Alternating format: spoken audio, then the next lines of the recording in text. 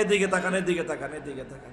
কোরআন হাদিসের কথা যখন হয় অন্য কারো বেল নেই। সালাম পাওয়ার দাবিদার, আমি সালাম দেওয়ার দাবিদার। প্রোগ্রামে আমি সেখানে আমন্ত্রিত।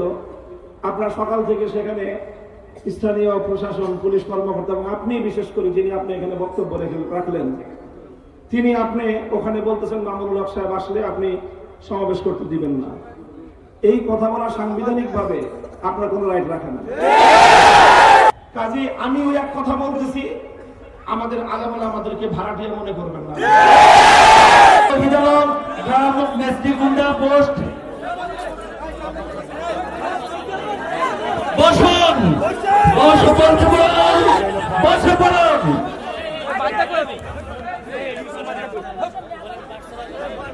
ওনারা ব্যক্তিগত কিছু কথা বলতেছে, কোনো সমস্যা নাই, কোনো সমস্যা নেই, বলেন আলহামদুলিল্লাহ।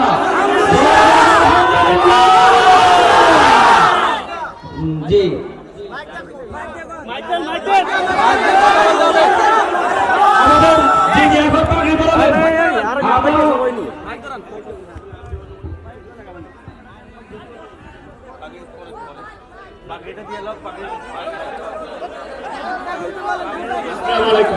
আমি একটু আপনাদের দুটো কথা বলতে চাই পাগড়ি পরানোর ফাঁকে।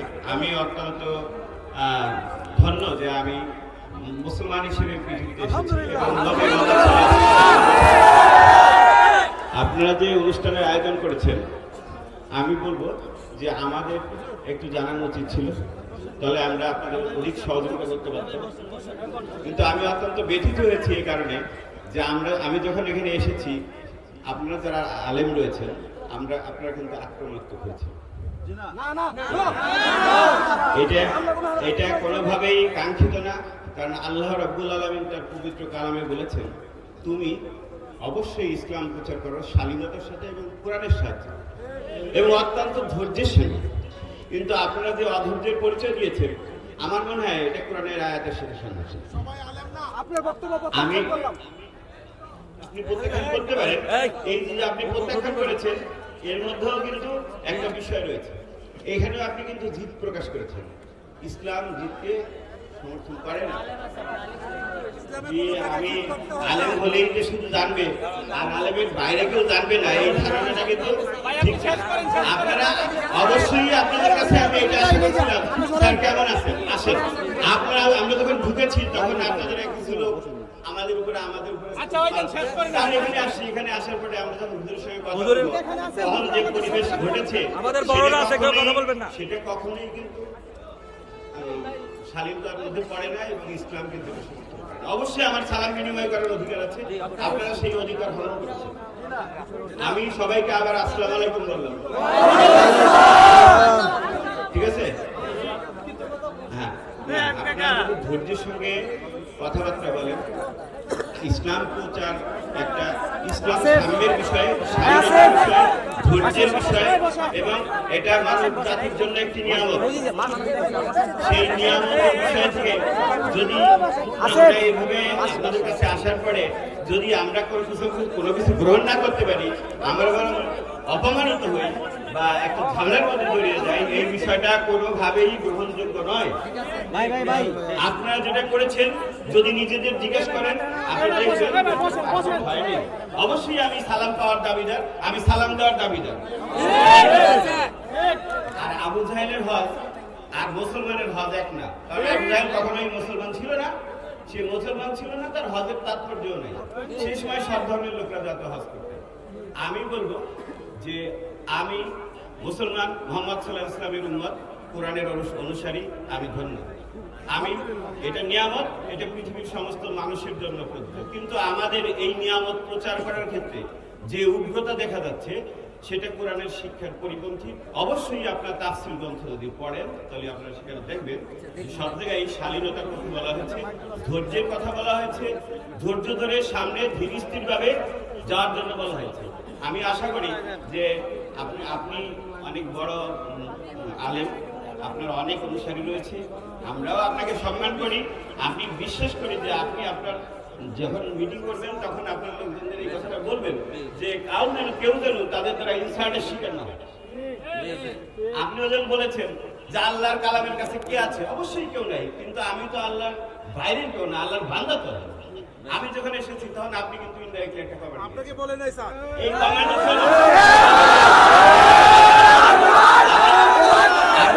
আপনি যদি আমাদের কাছে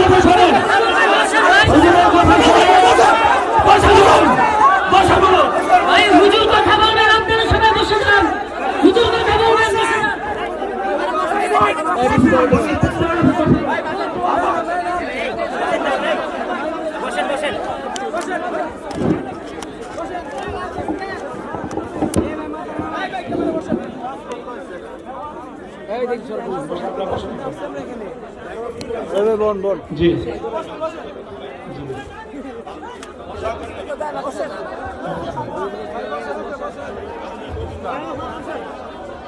এখানে আসলে কিছু ইনফরমেশন এমন আছে যে সমস্ত ইনফরমেশনগুলোর কারণে সাধারণ মানুষের মধ্যে একটা ক্ষোভ আছে। আমি আপনাদেরকে বলি, আপনারা আমার কথার কোনো প্রতিক্রিয়া ঠিক বেঠিক কিছু বলবেন না, খুব শান্তভাবে আমার কথাগুলো শুনেন। বসেন, আপনারা বসেন, একটু বসেন।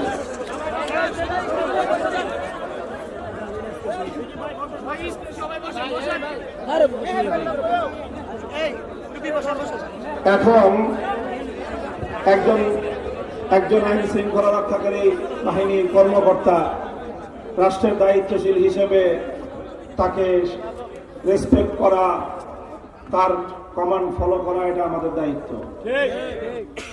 বাকি ধর্মীয় ক্ষেত্রে আমাদের কমান্ড ফলো করা আমাদের দায়িত্ব। আমি এখানে আলোচনা করলাম আমল আর ইমানের পার্থক্য নিয়ে, এবং আবু জাহালের হজ এটা ইমানবিহীন আমল হওয়ার কারণে গ্রহণ হয়নি। এখন একজন পুলিশ কর্মকর্তা যদি এসে আমার মঞ্চে আমার এই বক্তব্য কন্ডেম করেন, তো এটা কত বড় হাস্যকর বিষয়, এটা তো একটা বিবেচনা করেন।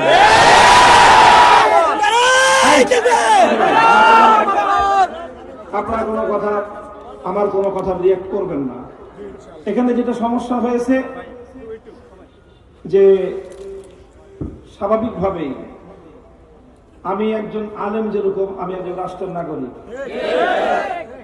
রাষ্ট্র আমাকে সংবিধান অধিকার দিয়েছে, কথা বলার রাইট দিয়েছে, আমাকে আমার বাক স্বাধীনতার রাইট আছে। এখানে কতদিন ধরে প্রচার করা হচ্ছে ইত্তেহাদুল উলামার আজকে প্রোগ্রামে আমি সেখানে আমন্ত্রিত।